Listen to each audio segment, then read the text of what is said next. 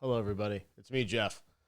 I just want to stop by and say hi to everybody after getting through Kickoff Live and did the Netflix thing today. Tomorrow, we've got the Ubisoft Forward and Devolver that we're going to be running here on the channel. So I just want to stop by and just sort of say hi and maybe answer some questions for a few minutes. It is late. I know it's 10:20 here in Los Angeles. I know it's probably, it's 1 a.m. on the East Coast, and some people in Europe are probably waking up for Saturday. But I just wanted to stop by and just say hi for probably 20 minutes and answer some questions. So if you guys have questions, which I'm sure you might, drop them in the chat and I'll talk a bit about them. But we had Kickoff Live yesterday. I was really, really happy with how that went. Hope you guys enjoyed it. It was fun to finally be able to show you Elden Ring. Didn't mean to ignore your questions for all those months, but lots was going on behind the scenes to try and get that ready for you. So we're happy that happened. It was awesome to have Death Stranding director's cut, and also Tiny Tina's Wonderlands. I think it's gonna be a fun weekend as well, with more stuff coming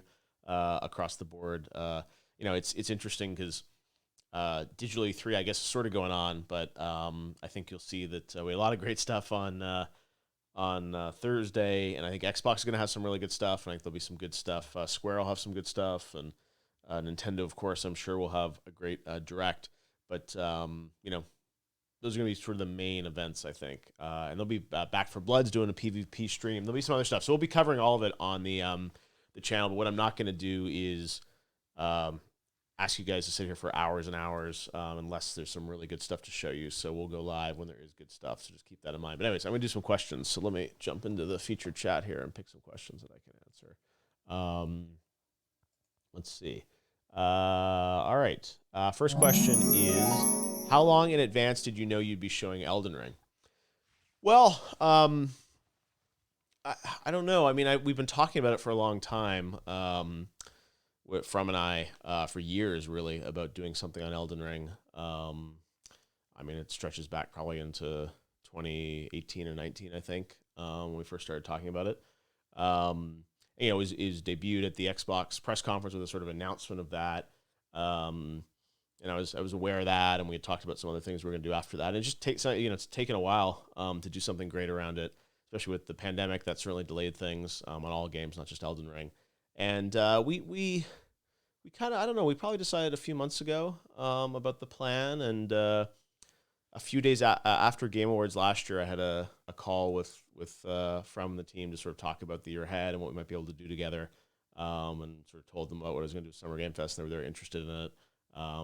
It takes time to sort of figure out what exactly is going to happen, but they were so supportive of what I was building with Summer Game Fest, and I was honored to be given the opportunity to share the trailer with you guys, and heard from them after that they were happy with the response, and I hope you guys are happy. It's pretty amazing. And things like the release date, I didn't know what the release date was until last week, I think. So it was a bit of a mystery to me even. I knew it was probably going to come out sometime early next year, but the fact that they put a date on it was pretty spectacular. So, these things are always, there's a lot of negotiations that goes into things and figuring out what to do. And we had a lot of talks about sort of where we would place it in the show and the best way to lead into it. So, I'm very happy it all worked out, right? That's the most important thing, that it happened, and sounds like you guys were happy with it, which is great. So I'm very glad that everyone is happy with what was shown, and hopefully there'll be more to share later in that game. Next question: what inspired you to create the Game Awards? Well, a bunch of things. I'd worked on award shows before at G4 and at Spike TV, so I was very familiar with the format of award shows. And I think what inspired me was a combination of things, of having done those shows and not feeling that they kind of fully represented the voice that I wanted them to have in terms of how to celebrate games. And then with the rise of Twitch and YouTube in 2014, I kind of thought, hey, there's probably an opportunity here to maybe do my own award show on my own terms. And that's, it's risky, right? Because I kind of have to go on my own and prove, do I know how to make these things on my own? And I learned a lot from all those years of doing those award shows. But I think on a deeper level, what inspired me to do the Game Awards is really just wanting to make sure games were elevated to a level and even beyond other forms of entertainment. And if there's the Oscars and the Grammys and the Emmys, the Tonys, there should be an award for video games, which is the biggest entertainment medium in the world. So I really thought that didn't exist, and I wanted to build that. So that's what kind of birthed Game Awards. Let's see. During the first Summerfest Live, did you know Kojima was about to do this weird MGS reference trailer? No. You mean last year? No, we did Death Stranding PC, I think, last year with Kojima, but no, I didn't know what sort of the plan, what he was planning with that. And I'd seen that trailer a little while ago and knew he was sort of doing it, and it was fun that it all worked out for that. But yeah, I can't wait to learn more about sort of what that is, and he's always very specific that we were going to sort of just show it. We're not going to say a lot about it, so hopefully in the future, we'll learn more about what he has planned with the director's cut. I joked in the show, I wonder if I'm going to make the cut or what the story will be, but that was pretty fun. I'm honored always to have him on the show. Am I excited for Hollow Knight Silksong to never come out? Like I asked Team Cherry every show if they're ready to show something, and it's like, nope, not ready. We've tried for Game Awards and Gamescom, and I asked them again for this, and it's I think they have really been impacted by COVID. They're a small team, and I'm sure there will come a time when they're ready to show stuff, and we'd love to have them. But yeah, you're not going to see anything on. I think I've said that anything kind of this period or this week around that, which is too bad, but there'll be lots of other games to focus on too. How do I feel about the legacy of the Game Awards and your impact on gaming culture? I don't know. I think the legacy of the Game Awards is still being defined. I hope that cool statue will outlive me, and it'll be something that will speak to excellence in games and carry forward long after I leave this world. I hope that's the case. And I hope, I think games are on such an awesome trajectory to really just continue to dominate the entertainment landscape. And that's what really motivates me, is the excitement around that and continuing to build Game Awards. I can't wait to work on Game Awards. Like, now that we're done with Summer Game Fest, I have a few more things to do the next week, and then I'm going to be like almost full tilt on Game Awards. It's funny because sometimes I'll see on Twitter people be like, what does Geoff Keighley do the rest of the year? There's Game Awards in December. It's like, it takes pretty much all year to give you the Game Awards and make it. People don't necessarily realize that, but there are already tons of meetings. I mean, we've had, I've even looked at rough cuts of world premieres and stuff for Game Awards this year.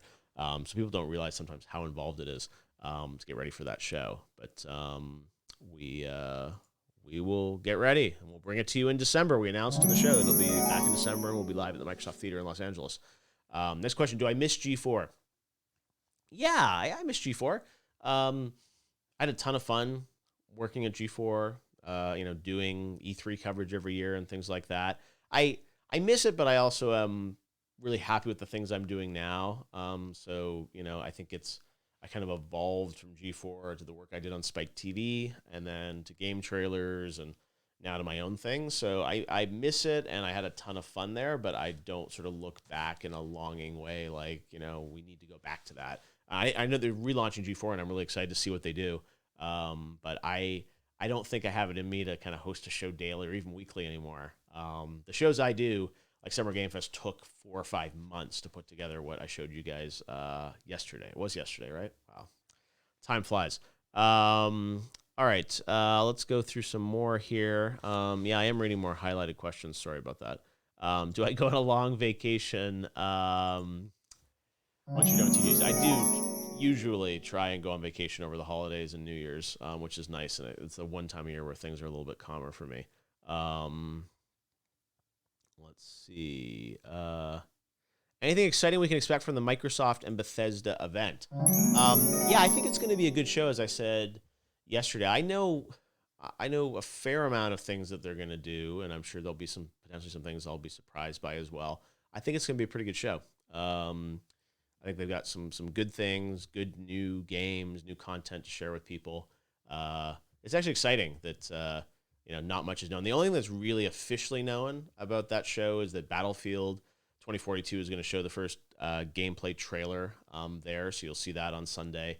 And clearly, based on the art that's presented, we expect Halo Infinite, of course, to be shown in some form there. And then there's other things that are Bethesda is a part of it. Now it's the Xbox and Bethesda Game Showcase, so everyone's wondering, are we going to see something on Todd Howard's next game, Starfield, or obviously Bethesda has other games. Their next 2 games, I think, that Bethesda has coming out are Deathloop and Ghostwire Tokyo, which are PlayStation exclusives for a period of time. So I would imagine those will not be there. I guess they could be because they'll come to Xbox eventually, but I think that would potentially be weird. So I don't know. Yeah, it'll be interesting to see what they have, and I think it's going to be an hour and a half, very much like focused on games. So I'm excited to check it out. Let's see. Next question. I don't have any information on Sims 5. I'm sorry. Are there any more Final Hours documentaries in the works? Not right now. If you guys don't know, I do these apps that are available on Steam, which are kind of making up stories on games. The last one I did was Half-Life Alyx at Valve. I would love to do another one. I don't think there'll be another one this year, maybe next year.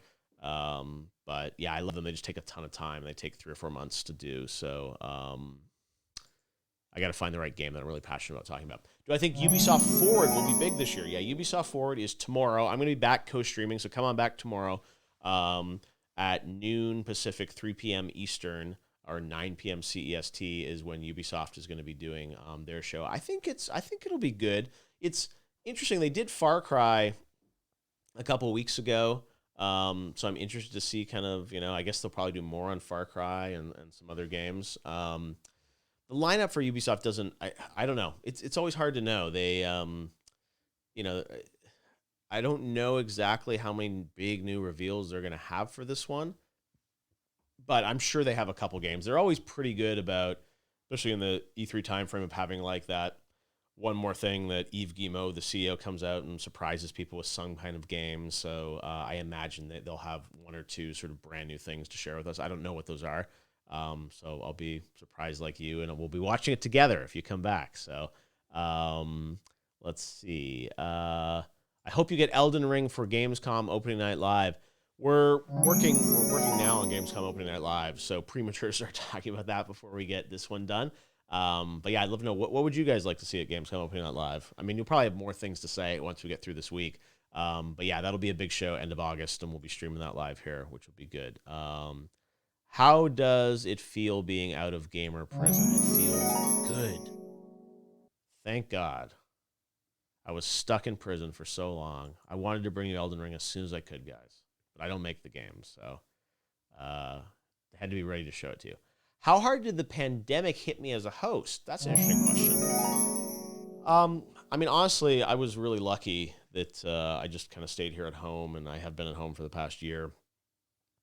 Streaming and doing a lot of video calls and meetings, so hasn't really affected me in a negative way really at all. If anything, it's been kind of positive that I haven't had to travel as much. I miss visiting developers around the world and seeing people and meeting with them. So that's kind of personally and emotionally is something I miss. The connection to all these people that I like to go visit in Seattle and San Francisco and London and Vancouver and all around the world, Japan. But it's been okay. Like in terms of my shows, they've only been growing actually kind of in the middle of the pandemic. So I've been very lucky compared to a lot of other people, and I'm very thankful for that. Let's see. My favorite game announcement so far. I don't know. What is my favorite? I mean, my favorite game announcement of Summer Game Fest, I guess, so far. I don't know. We've had some really good ones. The Metal Slug Tactics I thought was kind of fun and out there and just unexpected, so that was a cute one. The Secret of Lana, that was remember that sort of very painterly indie game that we showed that had some limbo sort of vibe to it from Wishfully Studios in Sweden. I thought that was really cool. So it's just getting started. There's lots more stuff to be announced over the weekend, but yeah, I was really happy with a lot of the games that we had in the show. What is the future of the Game Awards? Will you ever do an IRL event? Yeah, we're going to be back live at Microsoft Theater in Los Angeles this year in December. We'll share more details later this summer. But yeah, we're going to be back to sort of the traditional format of the Game Awards this year, and we are really, really excited about that. Appreciate all your work. That's a nice question. How are you mentally from this year? Yeah, I think it's been different for me. It's been kind of nice in a way that I haven't had to travel as much. I feel sort of healthier in that regard because I used to be switching time zones and flying to London and then Japan and New York and LA and all over the place. So it's been nice to sort of adjust in that way. It can be a little bit, a little more lonely in that you're not getting to visit as many people. And I really love to see people and visit people and have drinks and go to dinner with people and do that. So I kind of miss some of that. But it's coming back very quickly, especially here in Los Angeles and the United States. Now that everyone's vaccinated, I think there's going to be a lot more of kind of getting together this summer, and I'm really looking forward to it. So it was kind of challenging for a while, but I was very busy making the Game Awards, and I was scared for a long time that we weren't going to be able to do the Game Awards. And that was going to be really like heart crushing to me. And even like the days before the Game Awards, there was another stay-at-home order in Los Angeles, and I got pretty worried that we might not be able to do the show. But I was very thankful that we could do what we did. So I probably would have been, even sadder if we couldn't have done our shows. So we found a way to do them. My team did such a great job around that. So that was personally rewarding for me, and I take a lot of pleasure in my work and what I get to do with you guys. Like this is it's a dream for me. So it means a lot to me. But thank you for the nice question. I really appreciate it. Any plans to have game festival demos or events on PlayStation Nintendo? I would love to make that happen. Hopefully in the future. Yeah, Xbox has been a great partner with that. Steam has. My hope is all the platforms will eventually get there. I think we will. It just takes time. And, we're just going to keep kind of building on what we do and finding tremendous success. And I'm hopeful that, in the future we'll be able to make that happen for you guys. A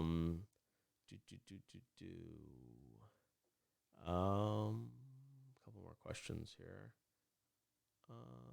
Who's my dream musical guest for the Game Awards? I don't know. It's less about sort of a specific artist and probably like a meaningful collaboration. I think back to our first Game Awards when we did the thing with Imagine Dragons and Koji Kondo from Nintendo in 2014. If you haven't seen that, go find it on YouTube. And that was such a special moment to me, and that I hope we'll have more of those kind of collaborations in the future. It's hard to top Koji Kondo and a big band like Imagine Dragons doing that. But so my dream collaboration is not necessarily the name of the artist, but actually getting the artist to be creatively involved with a game company. And even what we do with Churches, I first introduced Churches to Hideo Kojima, I don't know, 3 or 4 years ago.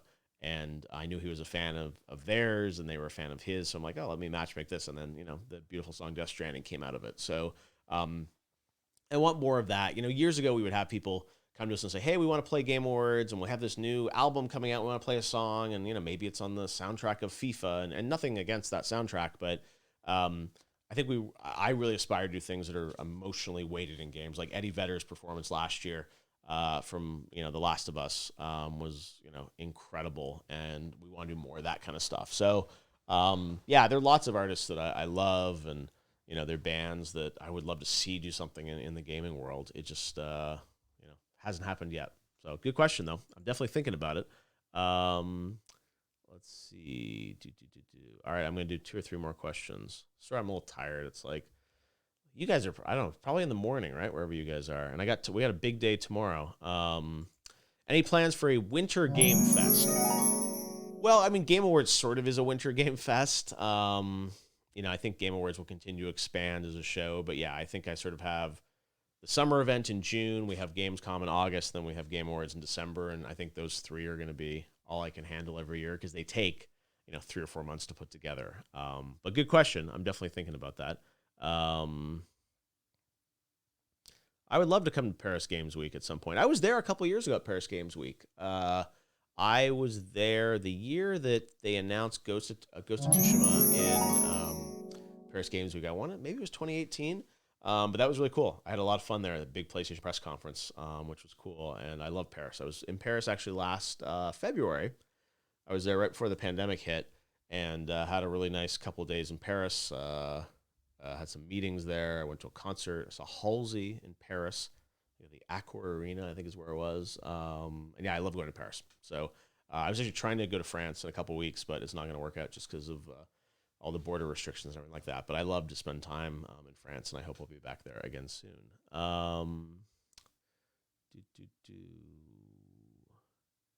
Oh yeah, love from Mississauga, hometown Toronto. Love it. Okay. What made me want to be the host for the Game Awards? Well, it's a good question. I never really aspired to be the host of the Game Awards. I see myself more as an MC versus a host. Like, I don't have a monologue. I'm not going to do a musical number. I'm just going to kind of guide you through the night. And honestly, it's not ego. It's really more. I think it's just feeling that I know the show and I book the show and it's authentic. Is what I would say, right? That's probably the way I put it. It's like authentic for me to host the show because I've kind of curated it. So I'm sort of a curator in a way.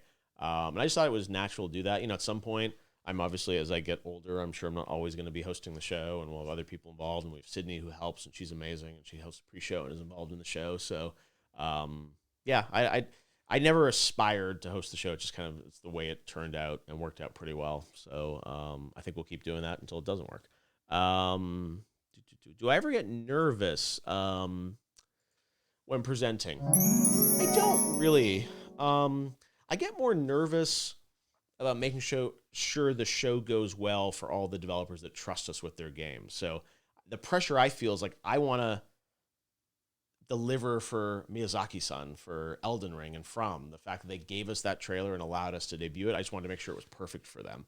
So I'm less nervous about like talking to the camera or being in front of people, and more nervous for honoring the creators that give us their work to share with people. I just want our team works so hard to make sure that everything's perfect and the sound is right and the visuals are right and everything's just well done. And I'm really proud of our team, and that's just not me; it's our entire team does such an amazing job. Also, just keeping things secret, right? Nothing leaks, and like people know on my team would know the release date of Elden Ring. We're all very careful to not tell anyone. So I'm nervous about that stuff, but I'm really proud of the team we have, and we've been able to keep big secrets like the new Xbox reveal and the Elden Ring release date and things like that. So it's a good question, though. Really good question. Let's see. Will you be doing any personal streams now?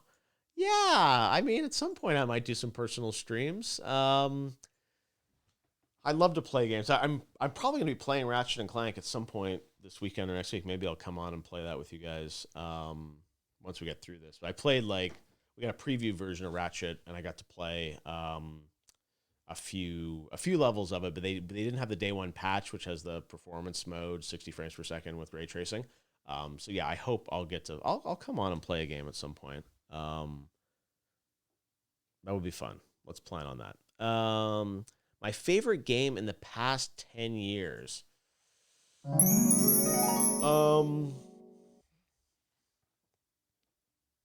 Red Dead Redemption was up there, but I think that was 11 years ago now. I should look that up on my phone. What year was Red Dead Redemption released? I want to say 2010, but I could be wrong. Red Dead Redemption, which wouldn't qualify. Let's see. Yep, 2010. So that wouldn't qualify past 10 years. God of War was pretty amazing in 2018. I really love that game. That might be the one. But I'm trying to think back over all the games, over all the years. I mean, Breath of the Wild was amazing. But I think, oh God, I'm getting tired. Sorry, I think God of War probably 2018 is probably my favorite. That I can remember at this time. Did you guys get your Jeff masks in Among Us? Hopefully that worked out with your Twitch drop. Will I be hosting E3? Great question. I will not. I'm going to be hosting streams on my channels, but I'm not involved in the official kind of E3 broadcast at all. I wish them well. So I'm going to be covering the company events. And some people on my feed are like, why are you saying you're covering, Ubisoft and Xbox? They're part of E3. They're really not. They're doing their own events that, overlap with sort of E3 dates and Summer Game Fest dates, but they are largely those companies doing their events. So what I won't be covering, if there is content that E3 is doing on its own, I'm not going to be covering that. I'm not sure what that is. But the big game company events we'll definitely be covering, and we're partnered with all those companies, and we're excited about that. The only one that we're not really doing is Nintendo, but everything else, we're covering as of now, through the weekend, and there'll be a bunch of events afterwards as well.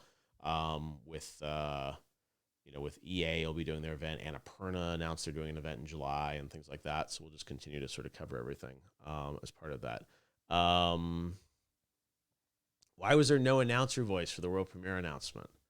That's a good question. I don't know. That's a great question. We do have that usually for the Game Awards, right? And Xbox has that world premiere. I think that might be. I might still have that soundboard. At one point, I had this soundboard. Let me see if it works. Actually, I had this like world premiere soundboard I used last year on my Rodecaster. Let me see if I can figure this out. See if these still work. Exclusive. You guys hear that? Now comes the fun part. Hold on. I think I gotta. I think you'll hear it. Hold on. I gotta do something here to make sure I can hear it. Test 1, 2. Now comes the fun part. Yeah, there we go. All right. So that's, you know who that is? Now comes the fun part. That's Mark Cerny. Exclusive. This is the guy. Exclusive. Today we prepared an exciting announcement for you all. We have a city to burn. Did you like it? Did you like it? There's Kojima. If it's not fun, why bother? There's Reggie. If it's not fun, why bother? Play the game. Play the game. World premiere. There you go.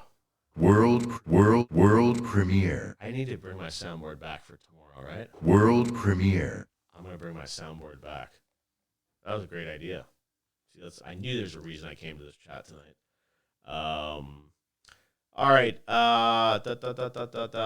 Couple more questions. Looking back at your days at G4, any chance you'd return to TV, or is the internet just a better medium now?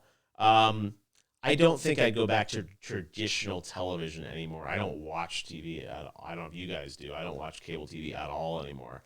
So no, I'm very happy doing things digitally. It's also way more global. And I love that we can reach people in China and India and around the world through what I'm doing. So yeah, no plans to go back to traditional TV. Oh, we have double audio now? Hold on. Oh yeah, I see. Hold on. Is that better now? Yeah, sorry, when I turned my soundboard on, I think that's what screwed things up. I gotta get that fixed. All right. Better. There you go. Sorry. Yeah, I gotta fix that because I do my soundboard here. I'm gonna get that set up for tomorrow. We'll have some fun. We're gonna use the soundboard tomorrow when we do Ubisoft and Devolver, so that should be pretty fun. All right, guys. Well, I think I got to bounce now and get ready for tomorrow, but I'll be back. Hopefully, you guys will be back. We'll watch the Ubisoft briefing live at noon Pacific, and then at 1:30 p.m. Pacific, we're going to have the Devolver show. So those will be the two main ones tomorrow. I'm excited to do that with you guys, and hopefully we'll have some fun. So thanks, guys, for hanging out. Sorry if it was super late. Very late here. I need to get some sleep so we can hang out tomorrow. But yeah, I'll be streaming tomorrow. I'm like a regular streamer now. I'll be streaming tomorrow. And then Sunday, we're also going to stream for the Xbox Bethesda show and Square. So we'll go through tomorrow. Basically 2 a day. We're going to Ubisoft and Devolver tomorrow. And then Xbox and Bethesda and Square on Sunday. And then Monday, we're not going to do anything. And then Tuesday, I'll probably try and do a stream around Nintendo. So that should be pretty fun. And then we'll take a little bit of break. But anyways, thanks so much for watching Kickoff Live. I really appreciate it. Thanks for hanging out tonight. And we will see you guys tomorrow. If you come back, I think we'll have fun. So we'll see you guys tomorrow. And yeah, swing back. I'll be live basically around noon Pacific. So have a good night. Talk to you guys soon. Bye.